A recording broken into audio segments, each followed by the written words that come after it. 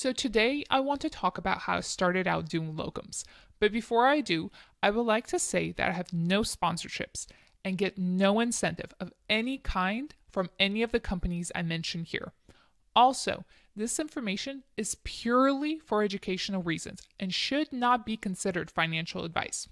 Okay, with that out of the way, when I first approached the topic of locums, I quickly figured out that there's no manual on how to do this. I've seen the 1099 Freedom course advertised, but I haven't taken it, and outside of that class, I really didn't notice any other guides. Most of the information is spread out throughout discussion boards, but you have to know what to look for and in what order to assemble it.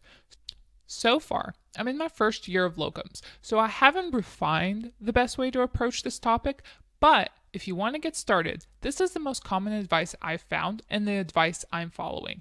Again, there are many ways to skin this cat, if you will, from doing 1099 locally to traveling everywhere to a mix of the two, but this is the approach I used. So here's a quick outline of the initial steps that I will explain in this video. First, decide if you want to go solo or through an agency. If you're early in your career and you haven't established a lot of connections, or you want to work in other states, you might be better off going through an agency. A good agency offers a level of protection because they negotiate contracts and agreements on a daily basis and they know the pitfalls to avoid. For example, my agency likes to include a 40-hour guarantee for any week worked, even if I get dismissed early. If you know any 1099s or locum CRNAs, ask if they use an agency and what agency they would recommend and which ones you should avoid. You can also be with multiple agencies that service different areas, so don't feel like you have to stick with one. Also, make sure your recruiter and you think similarly. If your communication styles are different, you'll experience unnecessary trouble that will complicate the process. Keep in mind, going through an agency means you'll make less than the people doing this solo, but I think of it as a service fee. I've noticed I make about $10 less an hour than my 1099 solo counterparts. Since I'm just starting out and learning, I'm okay with paying this fee. Also, I have lodging reimbursement, a rental car reimbursement, and per diem cooked into my contract, which will typically also lower your hourly fee as well. Next, set up your LLC. You cannot receive an EIN number without your LLC, or so I've been told. I haven't tried. Again, these are the steps I took to become a full-time locum CRNA. If you're just doing 1099 work on the side, you don't necessarily need an LLC or an EIN number. Side note, an LLC is meant to protect your personal assets, but it doesn't protect you in the event of a malpractice suit because the individual practitioner is the one being sued, not the LLC. Setting up your LLC is an easy and painless process, so don't pay anyone to complete this task. The actual registration with the state costs anywhere from $100 to $150 on average, and there's a lot of sites that will charge you an extra $100 for 10 minutes of work plus that state fee. Don't go this route.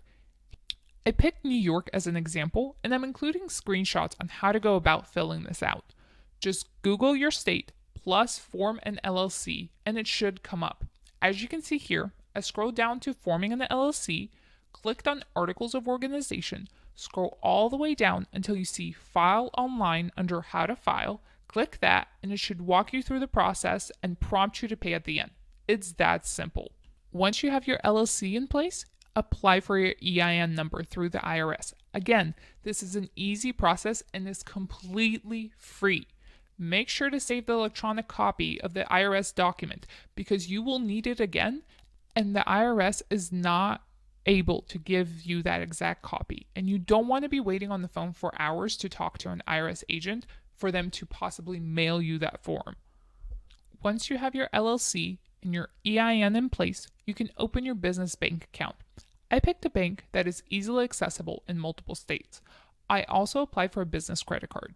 There's plenty of videos advising you on which business credit card to get and for what reasons. There's also sites like NerdWallet and the Points Guy available to guide your decision.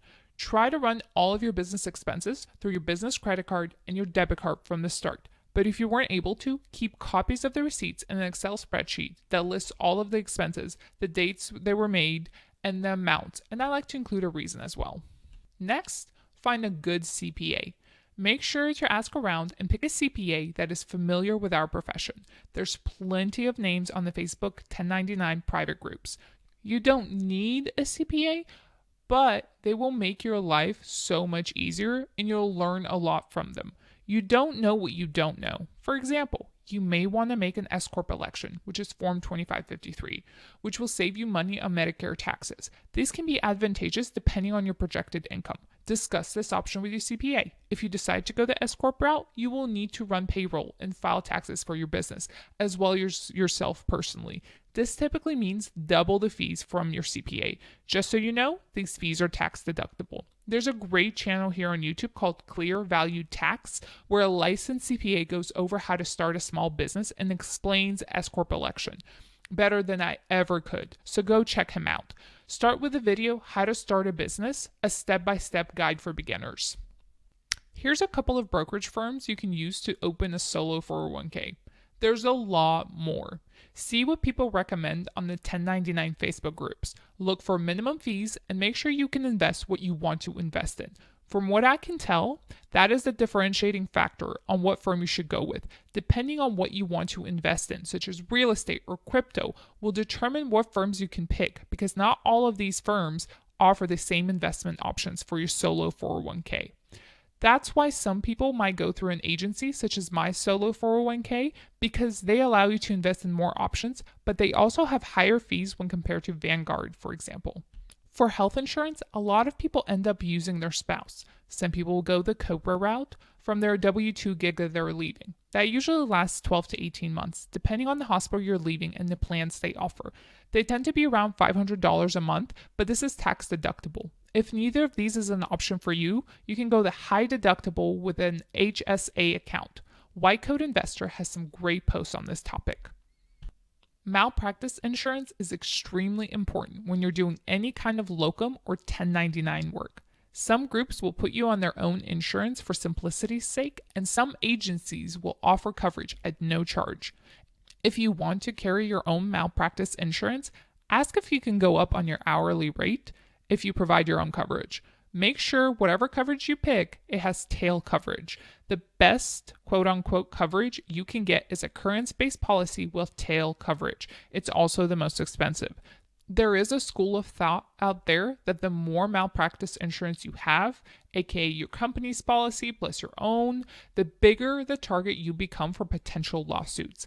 Again, I am just figuring this all out. So if you know more on this topic, or if you have a better way of explaining it, please comment below so we can all learn together.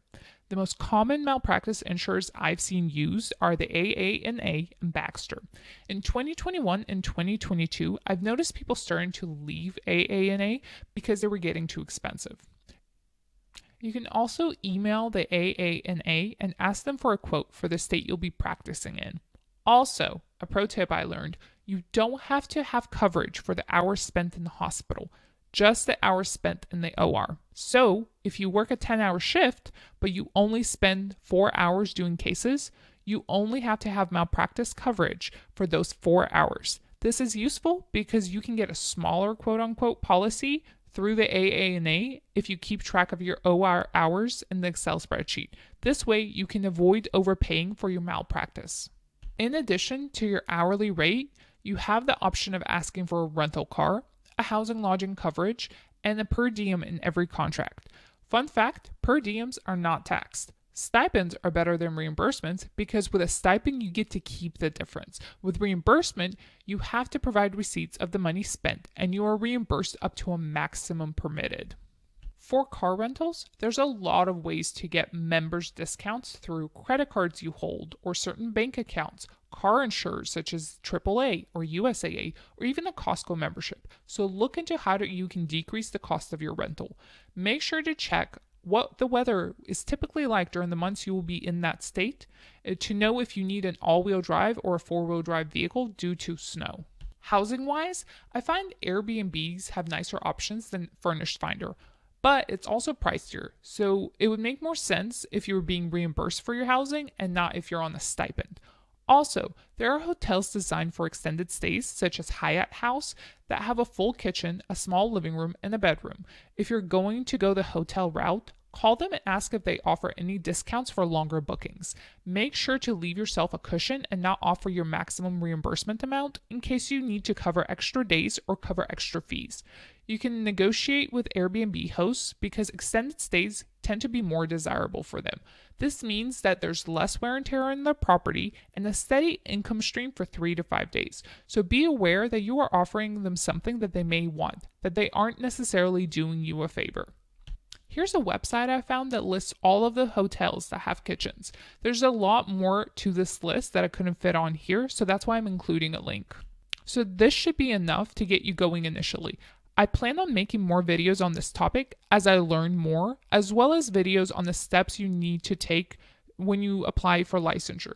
Most states require the same initial 4 or 5 steps to go along with their application, and if you don't submit those 4 or 5 steps right away, it can delay your application processing time. Also, once I get more licenses under my belt, I can go over the difficulty and the length of time required for each state's application process. Spoiler alert, North Carolina has to be the easiest, the cheapest, and the quickest compact state to get a CRNA license in if you already hold a CRNA license in another compact state. It costs me only $25 for CRNA verification. Anyway, I hope you guys are finding this information helpful, and as always, I hope you have a wonderful day.